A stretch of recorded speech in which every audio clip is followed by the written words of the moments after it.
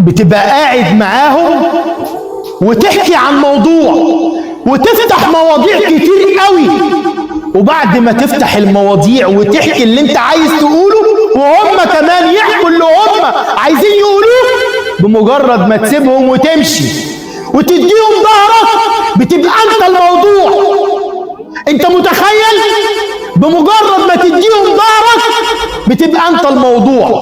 هم خلاص لكوا وعجنوا في امور الناس، جابوا سيرة الحلو والوحش، الكويس وابن 60 في 70، بس في وجودك بمجرد ما انت اديتهم ظهرك بقيت انت الموضوع، بقيت انت الحكاية، بقيت انت الرواية اللي مفيش غيرها ان هي تتقال.